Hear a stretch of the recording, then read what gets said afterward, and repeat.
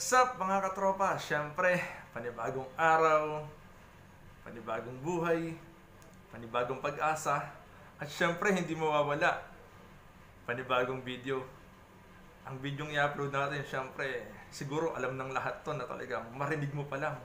Talagang pinag-uusapan na sa mga eskwelahan, sa lansangan, sa mga establishmentong talagang yung mga nagtatrabahuhan, mapa-social media, talagang marinig mo pa lang ang flip top, talagang pak, boom, talagang bagyo na. Yung kala mo yung sinlakas ng undoy na kayang bahain, kayang linisin sa pamamagitan ng tumadagundong ng mga tubig at baha. Ayan, syempre ang flip top.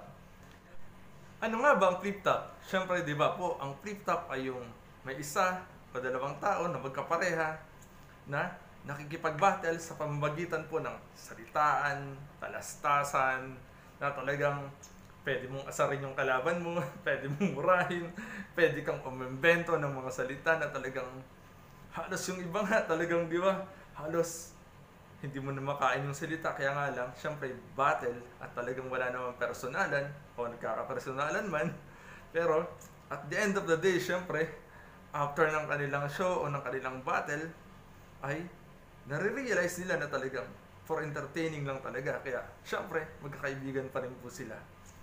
Syempre, ang video ang aking gagawin ay comedy. Kaya, syempre, ang tema ko ay comedy. Pero, tungkol sa mga MC ng flip top na magagaling, syempre, nandyan sila Luning, Abra, Basilio. Syempre, pag narinig mo pala, talagang kala mo yung bagyo, sinlakas ng undoy na talagang pag narinig mong sinasabing flip top, talagang dumadagundong, talagang pwede na, akala mo yung gigibain na lahat ng mga bahay, babahain ng mga kapaligiran. Siyempre nga, dahil ako, si Brad Baron, pinagsamang Brad Pitt at Ernie Baron, siyempre ang tema natin ay comedy. Ayan, siyempre, maya-maya lamang ay atin nang i-upload ang video. See you guys!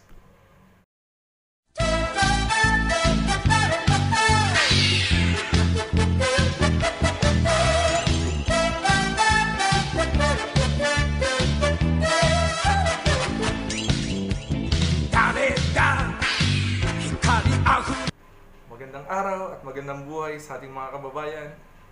Brother Canor, magandang araw. Brother Casper, magandang araw. At syempre sa ating mga kababayan na nakikinig at nanonood sa kanilang mga tahanan, ay kami po ay lubos na nagpapasalamat dahil sa patuloy niyo pong pagsubaybay sa aming Ang Lumang Daan ni Brad Baron. At syempre sa ating mga kababayan na nasa ibang bansa, sa kanilang mga pinapadalang mga sulat at katanungan, tayo po ay lubos na nagpapasalamat din sa kanila dahil kung hindi po dahil sa kanila, wala po tayong pag-uusapan, di ba? Mga kababayan, syempre, alam niyo naman po na araw-araw kami po ay nananawagan na kung sino po ang gustong sumapi o magpamiyembro sa aming Ang Lumang Daan ay kami po ay inyong kontakin. Ito po ang aming email address, anglumangdaan@gmail.com. Kung hindi niyo naman po alam o wala kayong email address, ito po ang aming telephone number. Kontakin nyo lamang po kami. 00000. Ayan po ang aming telephone number. Mga kapatid, ito po ang tanong ng isa nating kapatid. Ang sabi niya, Brad Baron, may nasusulat po ba tungkol sa flip top? Babasahin po natin ha. Siyempre po may nasusulat dyan. 4 hanggang 8. Masakit mang isipin, ngunit kailangang tanggapin. Kung kailan ka naging seryoso, tsaka ka naman gagaguhin. O Diyos ko, ano ba naman ito? Di ba, tang-ina, nagbuka akong tanga. Kaya marami po nagtatanong, saan po ba doon yung nabanggit na tungkol sa flip top? Mga kapatid, siguro po nag-iisip kayo kung saan po doon yung nabanggit na flip top. Eto po, ganito po yun. Di ba po ang flip top ay nagbabattle? Ano pong kalamitang sinasabi o nababanggit na salita pag sila po ay nagbabattle? Di ba po, ito, maririnig nyo. Tang ina mo, smaglas. Tang ina mo, aklas. O di ba po, tang ina, o kaya, panga. Ayan po ang kasagutan. Nabanggit po na ang flip top ay talagang nasusulat.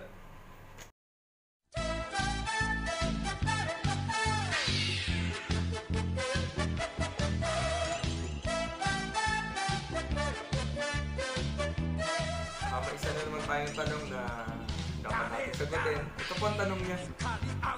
Nasusulat po ba na si Delo ay mapapabilang sa flip top? Nasusulat po yan, kapatid. Ito po, babasahin ko. Pakinggan nyo po maigi, ha. Magdadrive ako hanggang Baguio. Magdadrive ako hanggang Bicol. Magdadrive ako hanggang Batangas. Magdadrive ako hanggang Visayas. Magdadrive ako hanggang Mindanao. Magdadrive ako buong taon. Yan. Siguro po, nalalabuan kayo kung ano po doon o paano nabanggit siguro.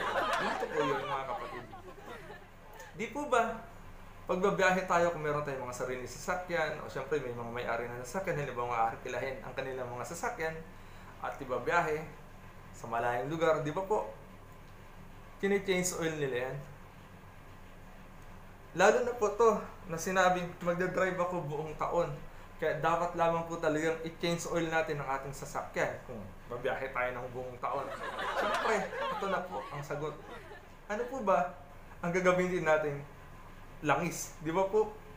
Delo. Ano po? Kaya nasusulat po na si Delo ay mapapabilang sa flip top.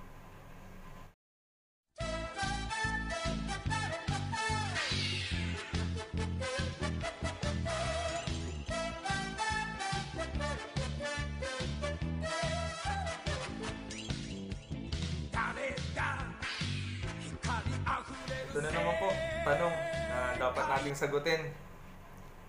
Ito po ang tanong niya.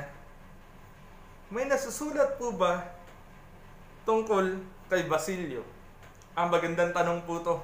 Siyempre, para na rin sa ating mga kapatid o mga anak na mga nag-aaral, ito talagang may aral to, mga kapatid, talagang nasusulat to.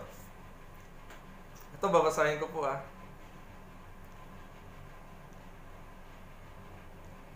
Gabing-gabi na, mag-ika-10 na, at ika-11 na ng gabi. Si Sisa ay nakaupo lang, binabantayan ang kanyang niluluto at isinaing habang naghihintay sa kanyang 2 anak. Ayan po nabanggit. Di po ba si Sisa ay nasa No Limit Tangere, yung ginawang libro ni Dr. Jose Rizal? Ito po, realidad, di ba po? Si Sisa ay nasa No Limit Tangere. Sino po ba ang kanyang 2 anak? Di ba po nasusulat ng kanyang 2 anak ay nagngangalang Crispin at Basilio? Kaya yan po ang kasagutan na talagang nasusulat po si Basilio. Maraming salamat po at sana patuloy niyo pong tangkilikin ang Lumang Daan ni Brad Baron. Maraming salamat at magandang gabi.